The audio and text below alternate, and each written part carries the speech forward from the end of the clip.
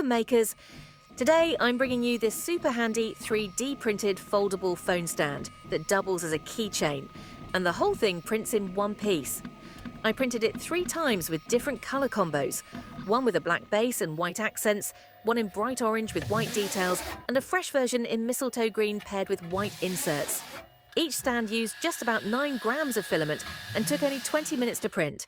Fast, colourful and ready for everyday carry. Let's talk printing. I used Sunlu high-speed PLA black for the first base and Bamboo PLA basic orange and mistletoe green for the other 2. All 3 were combined with Bamboo jade white for the pivot section. The model prints flat with no supports needed and the built-in hinge works straight off the bed. Just slice it at 0.2mm layer height, 2 perimeters and light infill. When the print's done, lift it off the bed and test the hinge. You'll feel it flex smoothly. It's perfectly balanced between snug and free moving. To use it, simply fold the arm out, set your phone in place and enjoy hands-free viewing in portrait or landscape mode.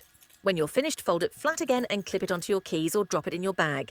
This is one of those prints you can customize in endless colors, like these 3 combos, to match your style or make quick gifts.